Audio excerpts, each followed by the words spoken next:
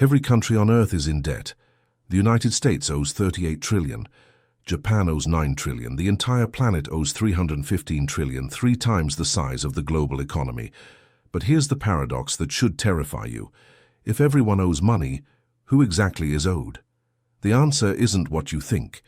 Because when you follow the chain of creditors, when you track who actually holds the debt, you discover something disturbing. The world doesn't owe money to anyone in particular. It owes money to itself. But 4 bankers across 3 centuries rigged it that way deliberately. They built a system where debt can never be repaid, where governments borrow forever, where interest flows eternally upward, and where the people who designed the trap profit from every payment, every crisis, every bailout. This isn't conspiracy.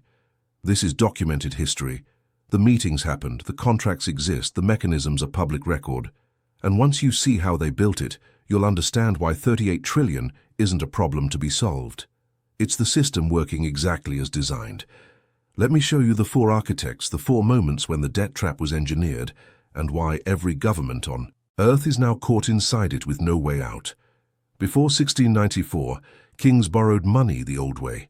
They'd go to merchants or nobles, promised repayment with interest, and if they couldn't pay, they'd default. Creditors lost money. Kings borrowed from someone else. It was risky for lenders and embarrassing for kings, but it was contained. Debt was temporary, either repaid or defaulted. The system cleared. William Paterson changed everything. He was a Scottish merchant and financial schemer who'd tried and failed multiple times to get rich. In 1691, he had an idea that would reshape civilization. England was at war with France. King William III needed money desperately. The treasury was empty. Tax revenue couldn't cover war costs, and traditional lenders were refusing new loans because England had defaulted before. Paterson approached the king with a proposal. He would organize a group of wealthy merchants to lend the government 1.2 million. That's about 300 million in today's money. A massive sum. But here's the innovation. The loan would never be repaid. Instead, the government would pay interest forever, 8% annually. And to manage this arrangement, Paterson proposed creating a new institution, the Bank of England. The mechanics were revolutionary. The merchant lenders would give their gold to the Bank of England. The bank would lend it to the government. The government would pay interest annually from tax revenue, and the bank would pay that interest to the merchant lenders. But here's the critical detail. The government wouldn't repay the principal ever. The loan was permanent. Why would merchants accept this? Because the interest payment was guaranteed by Parliament. It was backed by the government's taxing power. As long as England could tax its citizens, the interest would flow, and the banknotes the lenders received in exchange for their gold could be traded. They were as good as money, better than money, because they paid interest. Parliament approved Paterson's scheme in 1694. The Bank of England was chartered. The merchants provided their gold. The government got its war funding. And for the first time in history, national debt became permanent. Not a problem to solve, a feature of the system. And here's what nobody explains about why this was brilliant for the bankers. The government paid 8% interest annually on 1.2 million. That's 96,000 per year forever. The merchants had essentially bought an annuity from the government. As long as England existed, as long as it could tax, the money flowed. And if they wanted their gold back, they could sell the banknotes to someone else. The debt was transferable, but never repayable. But Paterson's real genius was what came next. The Bank of England was given the right to issue banknotes backed by the government's debt. They could print paper money up to the value of the loan. This created money out of debt. The government's IOU became currency. And the more the government borrowed, the more money could be created. This is the template. Government borrows, never, repays principal, pays interest forever, and the debt itself becomes money. It's brilliant if you're a banker, catastrophic if you're a taxpayer, because you're paying interest on debt that will never disappear. Within 50 years, every major European power copied the model. France created the Bond General. The Netherlands already had sophisticated banking, but formalized government debt issuance, and by 1790, the newly independent United States adopted the same system. Alexander Hamilton, who we talked about before, explicitly modeled America's financial system on the Bank of England. Permanent debt, interest paid from taxes, bonds traded as currency. Paterson died in 1719, not particularly wealthy, despite creating the Bank of England, but the system he built persists 331 years later. The Bank of England still exists. British government debt has never been paid off. It's been refinanced, rolled over, and expanded, but never eliminated. The debt trap was set in 1694, and every government since has walked into it willingly. By the early 1800s, European governments had embraced debt. They borrowed for wars, for infrastructure, for operating expenses. But there was no organized market. Each loan was negotiated individually. Interest rates varied wildly, and only the wealthiest merchants could participate. Nathan Rothschild changed that. He industrialized sovereign debt. The Rothschild family started as money changers and traders in Frankfurt. By 1800, the 5 Rothschild brothers had established banking houses in 5 major European cities: London, Paris, Frankfurt, Vienna, Naples. This network was unprecedented. They could move money across borders faster than anyone else, and they used this to dominate sovereign debt issuance. Nathan Rothschild in London was the strategic genius. During the Napoleonic Wars, Nathan arranged loans for Britain, but his innovation was how he structured them. Instead of lending directly to the government, he bought government bonds at a discount and resold them to investors at a markup. He created a secondary market. Government needed money. Rothschild provided it immediately. Then he sold the bonds to pension funds, insurance companies, and wealthy individuals. The government got its money fast. Rothschild collected the spread, and investors got a tradable asset. But here's where it gets darker. Rothschild didn't just finance governments. He positioned himself so governments had no choice but to use him. In 1815, at the Battle of Waterloo, Nathan Rothschild famously learned of Napoleon's defeat before anyone else in London. His courier network was faster than official channels. He used this information to manipulate the bond market. First, he sold British bonds, signaling that Britain was losing. Prices collapsed. Other investors panicked and sold. Then, after prices crashed, Rothschild bought massive quantities at rock-bottom prices. When news of British victory arrived the next day, bond prices surged. Rothschild made millions not from insider trading as we'd call it today, but from controlling information and market timing. This established the Rothschild model: control the information, control the issuance, control the market. By 1820, the Rothschilds dominated European sovereign debt. If a government needed to borrow, they went through the Rothschilds because the Rothschilds controlled the investor network. They had the distribution, and they set the terms. Here's why this matters for the debt trap. Before Rothschild, governments could theoretically refuse to pay. If a king defaulted, his creditors lost money and the system reset. But Rothschild made sovereign debt tradable across borders. A British bond might be owned by a French investor who sold it to a German bank who used it as collateral for a loan to an Austrian aristocrat. The web of ownership became so complex that defaulting wasn't just refusing one creditor, it was collapsing an entire international financial network. This is the Rothschild innovation. Make debt so interconnected that default becomes impossible, not because governments are responsible, because default would trigger systemic collapse. Governments became trapped. They had to keep paying and they had to keep borrowing to pay the interest on old debts. The debt trap was no longer just permanent. It was inescapable. The Rothschild family wealth peaked in the mid-1800s. They were the richest family in the world, richer than any king. And that wealth came from one source: interest on sovereign debt. They didn't produce anything, didn't build anything. They lent money to governments and collected interest forever.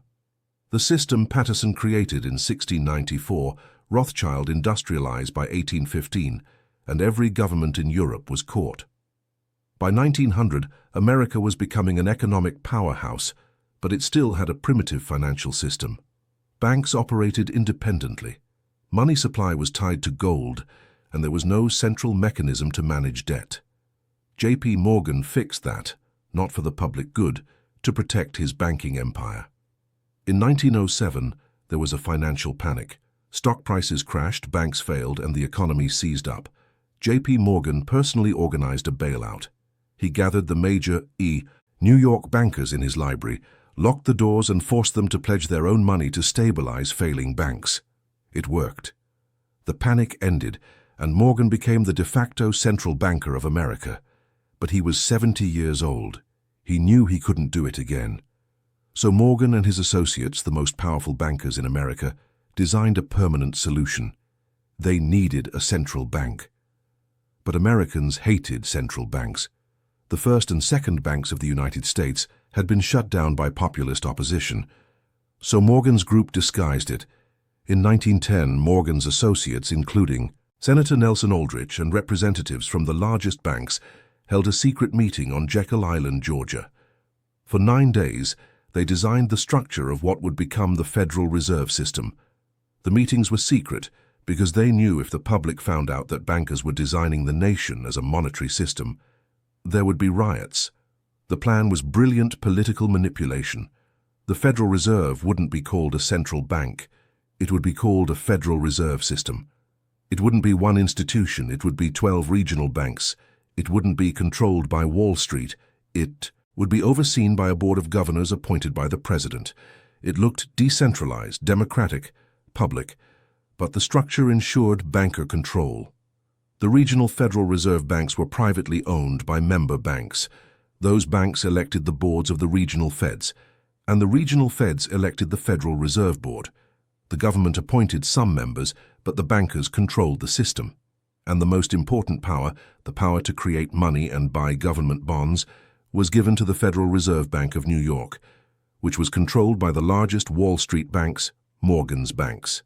The Federal Reserve Act passed Congress in December 1913, largely because most representatives didn't understand what they were voting for, and immediately the debt trap expanded.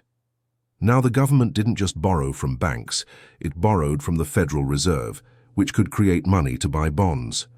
Unlimited demand for government debt. Here's why this matters. Before the Federal Reserve, there was a limit to how much the government could borrow. Banks only had so much money to lend, but the Federal Reserve could create money by purchasing government bonds. The government issues a bond. The Fed buys it with newly created money.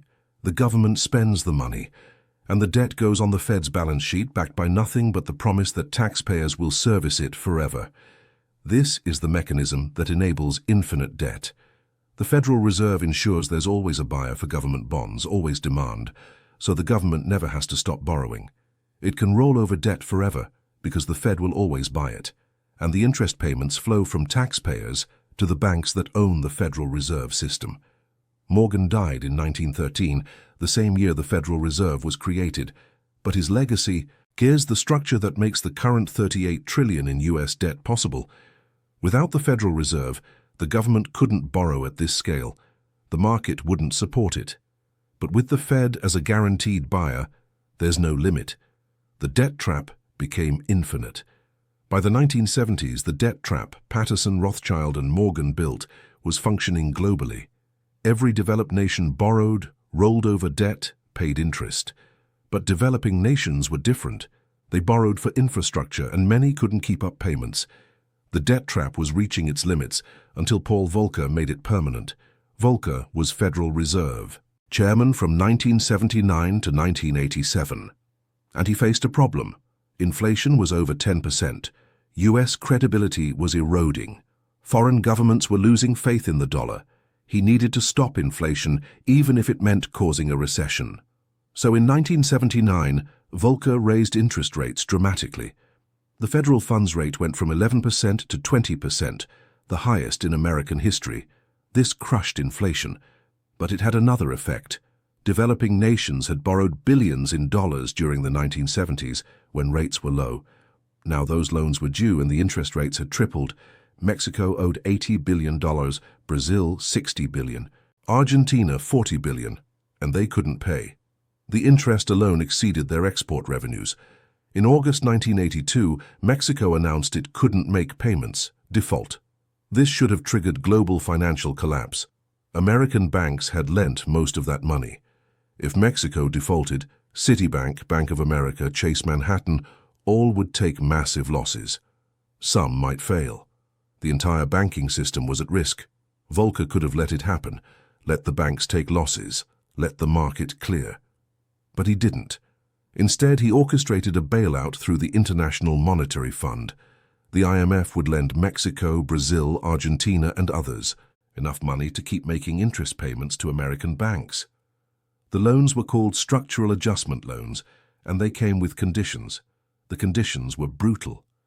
Governments had to cut spending, privatize state assets, open markets to foreign investment, devalue currencies, basically dismantle their economic sovereignty in exchange for the money to keep paying interest.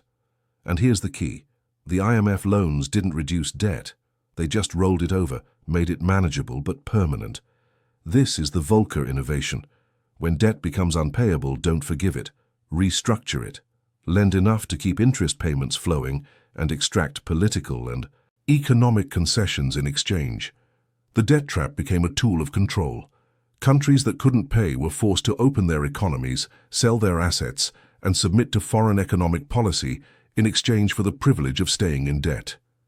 This pattern has repeated for 40 years. Greece in 2010, Argentina in 2001, Sri Lanka in 2022. Every time the same structure, IMF loans to keep paying interest. Austerity imposed, sovereignty surrendered, and the debt never eliminated, just restructured, made perpetual. Volcker died in 2019, but his legacy is the mechanism that ensures the debt trap is global and inescapable. Even when countries can't pay, they're not allowed to default. They're refinanced into permanent indebtedness, and the interest keeps flowing to the creditors, the same banks, the same institutions, the same system Paterson created in 1694. Now, let me show you how these four architects built a system where debt is infinite and escape is impossible. Start with Paterson's model. Government borrows, pays interest forever, never repays principal. Add Rothschild's innovation, make the debt tradable globally. So it's not one creditor, it's a web. Default collapses the system. Add Morgan's mechanism. Central banks create money to buy government bonds. Unlimited. Demand. Government can always borrow more. Add Volcker's trap. When countries can't pay, restructure, don't forgive, keep the interest flowing, the result is what we have today. 315 trillion in global debt. Government debt, corporate debt, household debt. None of it will ever be repaid. All of it pays interest. And all of it is connected through the financial system. So default anywhere threatens collapse everywhere. Here's the specific mechanism. The US government issues 38 trillion in debt. Who owns it? About 20 trillion is owned by the American public, pension funds, mutual funds, insurance companies, banks, and the Federal Reserve. These institutions buy treasury bonds because they're considered safe assets, but those bonds pay interest, about 1 trillion per year. Now that interest comes from taxes, so taxpayers send money to the government. The government sends it to bondholders. The bondholders are mostly institutions owned by the wealthy. It's a transfer from workers to capital every year forever. The other 18 trillion is owed to the government itself. Social Security Trust Fund, Medicare Trust Fund. The government borrowed from these programs and spent the money. Now it owes itself, but ultimately taxpayers owe, because when Social Security needs to redeem those bonds, the government has to raise taxes or borrow more to pay. It's a shell game, but the interest flows regardless. Now scale it globally. Japan owes 9 trillion, mostly to Japanese institutions in the Bank of Japan. Europe owes 14 trillion, mostly to European banks and the ECB. China owes significant domestic debt held by state banks. Every country is running the same system, and they're all interconnected. Japan holds US treasuries. The US holds European bonds through the IMF. Europe holds developing nation debt through the World Bank. It's circular. Everyone owes everyone.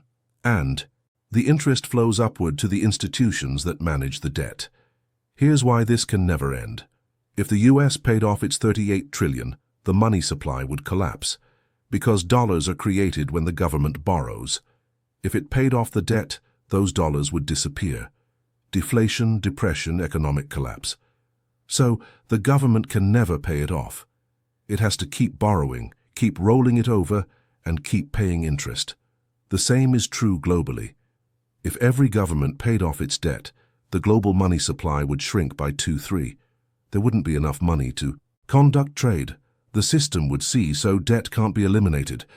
It's structural, necessary by design. And here's who profits: the institutions that hold the debt. BlackRock, Vanguard, State Street, Fidelity. These asset managers control tens of trillions.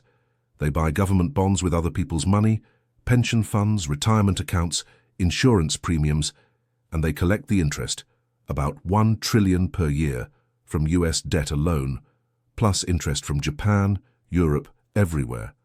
That trillion per year in interest payments flows from taxpayers to bondholders. It's the largest wealth transfer in history, continuous, structural, and invisible to most people because it's not called a tax, it's called debt service. But it's the same mechanism. Workers pay, institutions collect, and the debt never decreases. Now, here's the final piece. The four architects didn't conspire together. They lived in different centuries. But they each solved a problem in a way that benefited bankers, and each solution built on the previous one. Paterson made debt permanent in 1694. Rothschild made it global in 1815. Morgan made it infinite in 1913. Volcker made it inescapable in 1982. Together they built a system where governments borrow forever and pay interest eternally, and the people who control the bonds, who manage the debt, who collect the interest, they're the ultimate beneficiaries, not governments, not taxpayers, the financial institutions. And here's the final truth. 38 trillion isn't a crisis for them. It's a business model. Every dollar of debt is an asset on someone's balance sheet. It pays interest. It provides collateral for more borrowing. And as long as confidence holds, as long as people believe the government will pay interest, even if it never repays principal, the system functions. The debt trap is complete and escape isn't possible, not without collapsing the entire financial system. 4. Architects, 3 centuries, 1 system, and everyone on Earth is now caught inside it. If this changed how you see government debt, if you finally understand that 38 trillion isn't an accident or mistake, but a system working exactly as designed, then you're starting to see how power actually works. Subscribe if you want to understand how the machine was built and who's operating it, because they're not going to teach you this in school. They're going to teach you that debt is a problem to solve. But the architects knew better. Debt isn't a problem, it's the foundation. And interest is the rent we pay to live in their world.